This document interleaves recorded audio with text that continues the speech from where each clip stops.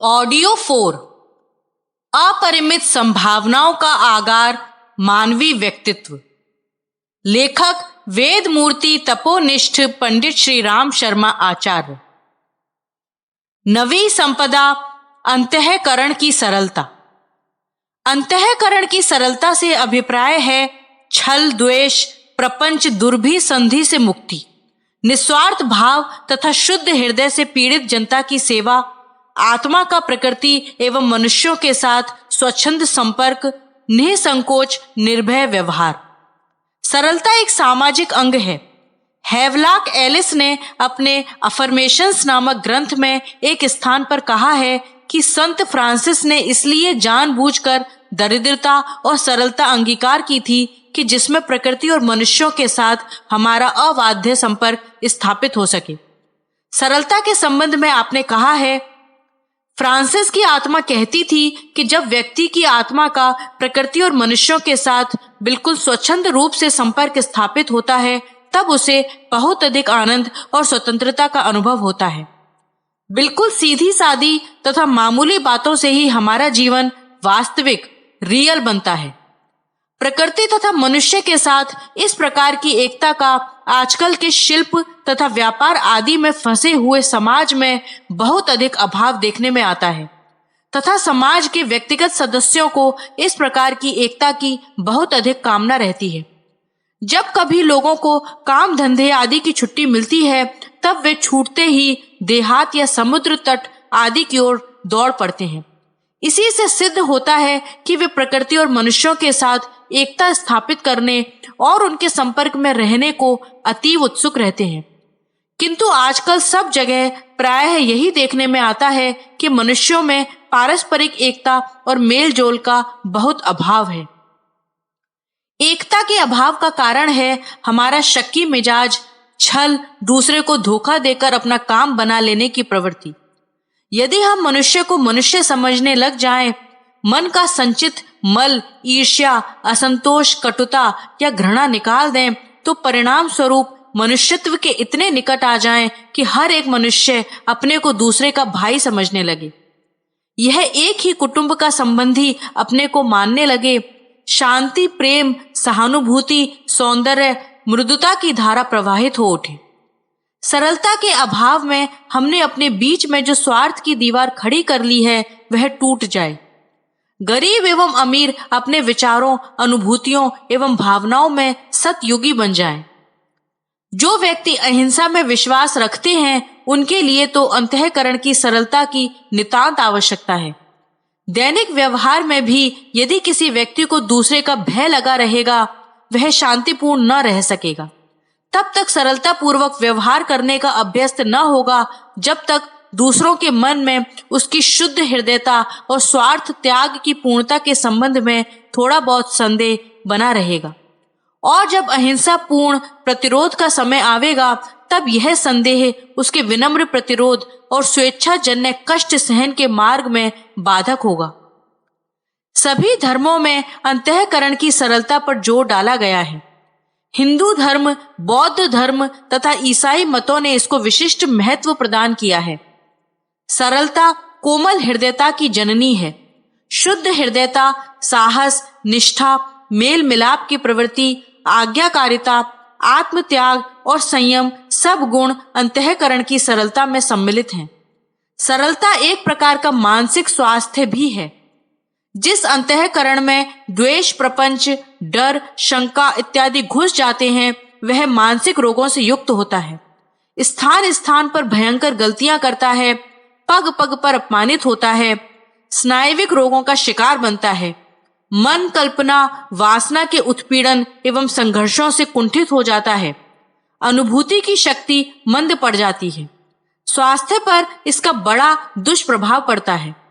वही मनुष्य जब अंतःकरण के मल धो डालता है, तो उसकी गलत फहमियां दूर हो जाती हैं। बुद्धि, आत्मा, मन एवं आंतरिक दृष्टि स्वच्छ हो जाती है। 10वीं संपदा अहिंसा। अहिंसा से अभिप्राय है मन, वाणी, शरीर से किसी को किसी प्रकार का भी कष्ट न देना। किसी को अपशब्द कहकर दुखी कर देना भी उतना ही घातक है जितना किसी का अपने शरीर से मारना, आघात करना या पीट देना। दैवी संपदा युक्त साधक का व्यवहार इतना मृदुल, सहानुभूतिपूर्ण एवं प्रेमपूर्ण होता है कि शस्त्रों में वर्णित तीनों प्रकार के पापों, कायिक अर्थात शरीर से होने वाले, वाचिक अर्थात वाणी से होने वाले तथा मानसिक अर्थात दुर्विचार से होने वाले से वह सर्वदा मुक्त रहता है। मन की प्रसन्नता, शांत भाव, भगवत चिंतन करने के स्वभाव के कारण वह अनिष्ट चिंतन से दूर रहता है। इस संसार में जो पापों की वृद्धि हो रही है, झूठ, कपट, चोरी, हिंसा, व्यभिचार एवं अनाचार बढ़ रहे हैं, राष्ट्रों में परस्पर विद्वेष एवं कलह की वृद्धि हो रही है, निर्बलों का शोषण तथा सद्जनों का तिरस्कार हो रहा है, यह वास्तव में हिंसा के ही फलस्वरूप है। ज्यों-ज्यों मनुष्य अपने हिंसक स्वभाव को वश में करता है, त्यों-त्यों उसमें परमात्मा के दैवी गुणों का विकास होता है।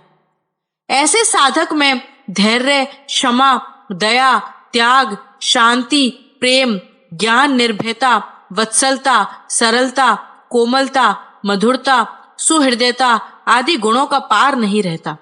हिंसा की प्रवृत्ति आत्मिक विकास में बड़ी बाधक है।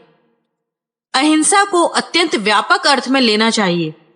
व्यंग कटाक्ष के वचन, अनाप शनाप बकना, द्वेषपूर्ण वाक्य, झूठ कपट का व्यवहार भी हिंसा के अंतर्गत आता है। परदोष दर्शन, दूसरों की आलोचना, सांप्रदायिकता से भी मन में कुसंस्कार जागृत होते हैं। स्वार्थ को त्याग कर दूसरों के हित के लिए प्रयत्नशील होना, प्रेम द्वारा दूसरों को अपना बना लेना, आत्म भाव का विस्तार करना, इंद्रियों के व्यापार में निरत न होना, प्रत्युत दूसरों के लिए कष्ट सहना तक अहिंसा में सम्मिलित है। अहिंसा के लिए एक सुगठित शरीर तथा दृढ़ आत्मा की आवश्यकता है। शास्त्र विहित स्वाभाविक कर्मों द्वारा जो अनिवार्य हिंसादि दोष हुआ करते हैं, वे दुराचार नहीं हैं। गीता 18/48। एवं ऐसे हिंसादि दोष फलेच्छा, राग द्वेष और अहंकार रहित मनुष्य को दूषित नहीं कर सकते। गीता 18/17। 11वीं संपदा प्रिय शब्दावली एवं मधुर भाषण। अंतःकरण एवं इंद्रियों द्वारा जैसा मन में विश्वास किया हो, ठीक वैसा ही प्रिय शब्दों में कहना 11वीं दैवी संपदा है। इस तत्व के अंतर्गत दो बातें आती हैं। एक, शुभ चिंतन, शुद्ध सात्विक विचार, दूसरों की भलाई सोचना। दो, सोचे हुए को प्रिय एवं मधुर शब्दों में व्यक्त करना। मधुर भाषण का प्रभाव अत्यंत गहन होता है। इसी से कहा गया है, वशीकरण एक मंत्र है, तज दे वचन कठोर। प्रिय शब्दावली से शत्रु भी परास्त हो जाते हैं। यह वाक इंद्रियों का दैवी आभूषण है। वाक कर्मेंद्रिय है, जिसकी साधना द्वारा मनुष्य सद्गति प्राप्त कर सकता है। वाक साधना कैसे हो सकती है? इस साधना का सर्वोत्तम उपाय यह है कि मनुष्य यह निश्चय करे कि सदा सर्वदा मीठी बात बोलूंगा, कम बोलूंगा, सब कुछ मधुरता की मिश्री से युक्त कहूंगा। कड़वी बात से जो भयंकर प्रभाव पड़ता है, सर्वविदित है। किसी से कटु, अप्रिय, अभद्र शब्द न बोलिए। अपने से छोटों, नौकरों, बालकों, यहाँ तक कि जानवरों तक को अपशब्द द्वारा न पुकारिए। भोजन के 6 रस में मधुर रस अग्रणी है। शिशु से लेकर वृद्ध तथा नारी संपूर्ण जगत मीठे वचन को पसंद करते हैं। मधुरता से मनुष्य क्या, देवता भी प्रसन्न हो जाते हैं। यही कारण है कि हवन यज्ञों में मीठे का भाग अवश्य होता है। ब्रह्म भोज में मीठे की प्रधानता होती है। संसार में सबसे अधिक मीठी वस्तु मीठी बोली है। मधुर भाषण जैसी मिठास भला और कहां प्राप्त हो सकती है। रहीम जी ने निर्देश किया है, कागा काको धन हरे, कोयल काको दे, मीठे वचन सुनाए कर जग अपना कर ले। हरिण मधुर शब्दों को सुनकर भागना भूल जाते हैं। मधुर बीन सुनकर विषधर सर्प बिल से बाहर निकल आते हैं। एक विद्वान का कथन है कि प्रिय भाषण में वशीकरण की महान शक्ति है। इससे पराये भी अपने हो जाते हैं। सर्वत्र मित्र ही मित्र दृष्टिगोचर होते हैं। मधुर भाषण एक दैवी वरदान है। मोहन शस्त्रों में इसे सर्व शिरोमणि कह सकते हैं। सत्य भाषण, हितकर भाषण, प्रिय भाषण एवं माधुर्य रस से ओतप्रोत भाषण वाणी की सिद्धियां हैं। यह आत्म संयम, स्वार्थ त्याग एवं प्रेम भावना से आती है। जिसके मन, वचन, कर्म में दूसरों के प्रति मधुर भाव है, उसे वशीकरण विद्या का पूर्ण ज्ञाता समझिए। जड़ चेतन सभी उसके वश में है, मुट्ठी में है। मधुर बोलिए और उसके मीठे फल आपको मिलेंगे। मधुर भाषण करने वाले की जिह्वा पर साक्षात सिद्धियां निवास करती हैं। अंतःकरण एवं इंद्रियों के द्वारा जैसा निश्चय किया हो, ठीक वैसा ही हमें नित्य प्रति के व्यवहार, दैनिक वार्तालाप तथा आचरण में लाना चाहिए। यह दैवी संपत्ति का लक्षण है। शास्त्रकारों का वचन है, सत्यम ब्रुआत प्रियम ब्रुआत ब्रुआत सत्यम प्रियम, अर्थात सत्य बोलो और मधुर बोलो, कटु सत्य मत बोलो।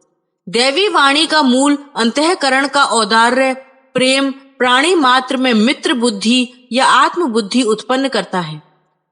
दैवी वाणी निंदा, पर दोष दर्शन, आलोचना, छिद्रान्वेषण, खरी खोटी, नीचता, असूया, ईर्ष्या आदि से बहुत दूर रहती है। उसका प्रमुख उद्देश्य दूसरों के सद्गुणों, उच्च भावनाओं, सद्विचारों को प्रकट करना है।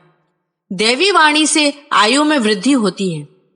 दैवी वाणी, मधुर वाणी का ही नित्य प्रति के व्यवहार में उच्चारण कीजिए और उसके मीठे फल चखिए। दूसरे के सद्गुण ही निरखिए। प्रेम, सहानुभूति, भातृभाव, सत्य, हितैषी बातों को कोमल एवं मधुर वाणी से कहिए। आप जितना ही प्रिय भाषण का उच्चारण एवं श्रवण करेंगे, उतनी ही शारीरिक, मानसिक एवं आध्यात्मिक उन्नति होगी। इसके विपरीत खोटा वचन खोटे रुपए के सदृश है। जिसको तुम दोगे वही लौटा देगा।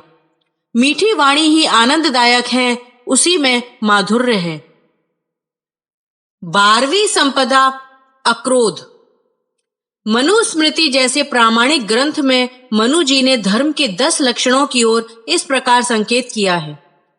घृति ही क्षमा, दमोस्तेयम, शौचमिंद्रिय निग्रह, धीर विद्या, सत्यम क्रोधः, दशकम धर्म लक्षणम, अर्थात धैर्य, क्षमा, दम, चोरी न करना, पवित्रता, बाह्य एवं आंतरिक, इंद्रिय निग्रह, बुद्धि, आध्यात्म विद्या, सत्य तथा अक्रोध, ये मानव धर्म के 10 प्रधान लक्षण हैं। दैवी संपदाओं के अंतर्गत अंतिम अंग अक्रोध है। क्रोध करना प्रत्येक दृष्टि से हेय है। इससे मन में भयंकर उद्वेग, थरथराहट, कंपन, जलन, दूषित संस्कार उत्पन्न होते हैं, जो अंतःकरण की शांति को भंग कर देते हैं।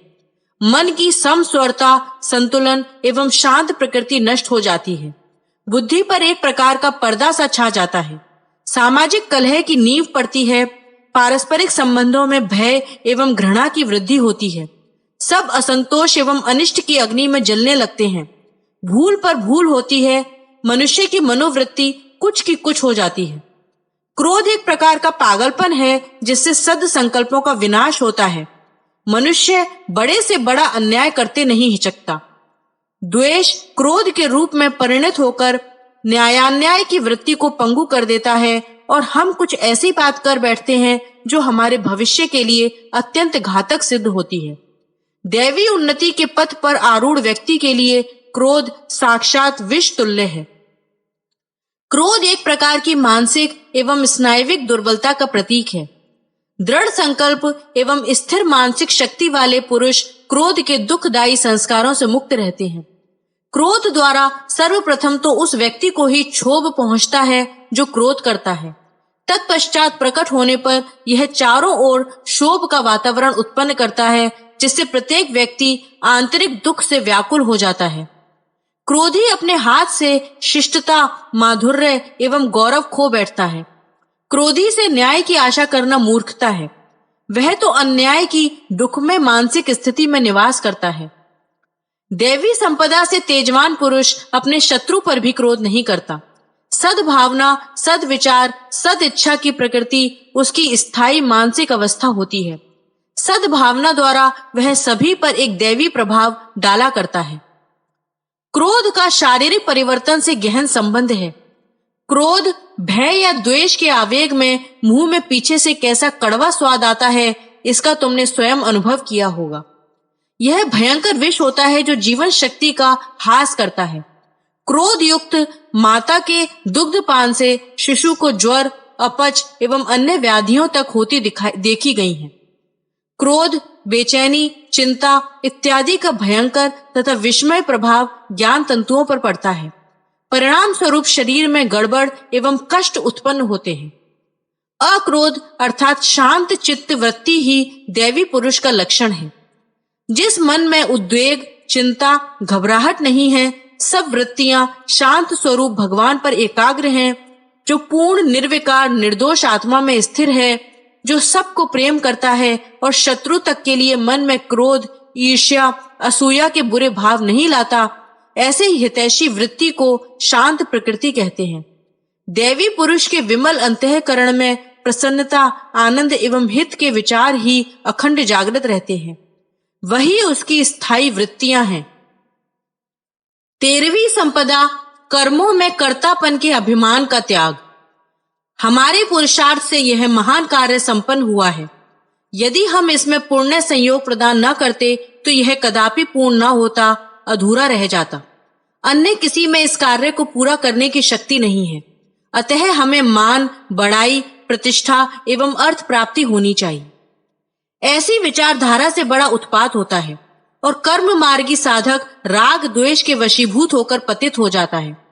दैवी पुरुष को तो निस्वार्थ एवं निष्काम भाव से लोकहित के ही कर्मों में प्रवृत्त होना चाहिए। भगवान के निष्कामी भक्त ही महान कार्य करने में समर्थ हुए हैं। सत्पुरुष अपने कर्मों की सफलता का श्रेय भगवान को देता है। उसकी क्रिया एवं कर्म अहंकार प्रेरित न होकर प्रभु प्रेरित हुआ करते हैं। वह अपने आप को प्रभु के हाथों में एक औजार, इंस्ट्रूमेंट मात्र मानता है। वह यह समझता है कि मेरे कर्मों की बागडोर तो मेरे प्रभु के कर कमलों में है, उन्हीं के द्वारा समस्त कार्य संपन्न होता है। मैं तो केवल उनके हाथ में एक मंत्र हूँ। जब उसके द्वारा कोई महान कार्य संपन्न होता है तो वह यही समझता है कि यह सब तो प्रभु के प्रताप से हुआ है। मैं तो एक निमित्त मात्र हूँ। ऐसा सोचकर दैव पुरुष किसी से द्वेष या घृणा नहीं करता, प्रत्युत अपने अंतःकरण की पवित्रता, शांति, शीलता, समता, श्रद्धा, दया इत्यादि भावों के कारण सर्वत्र सुहृदयता की वर्षा करता है। वह अपने हृदय से वक्रता और ऐंठ को खोद खोद कर उन्मूलन कर डालता है। विनय उसका आभूषण बन जाता है। नम्र बन जाने के कारण परमात्मा निरंतर उसे दैवी शक्ति से उत्साहित किया करते हैं। मान, बड़ाई, प्रतिष्ठा तथा कार्यों में अभिमान प्राप्त करने की इच्छा खाज की भांति बड़ा सुहावना रोग है। इसके वश में हो जाने पर मनुष्य सत्कर्मों तक को अभिमान की अग्नि से भस्म कर देता है, प्रमादी बन जाता है, अपने भाग्य पर इतराता है और आत्मा का पतन करता है। अभिमान बड़ी संक्रामक बीमारी है जो मनुष्य को अधोगति में पहुंचा सकती है।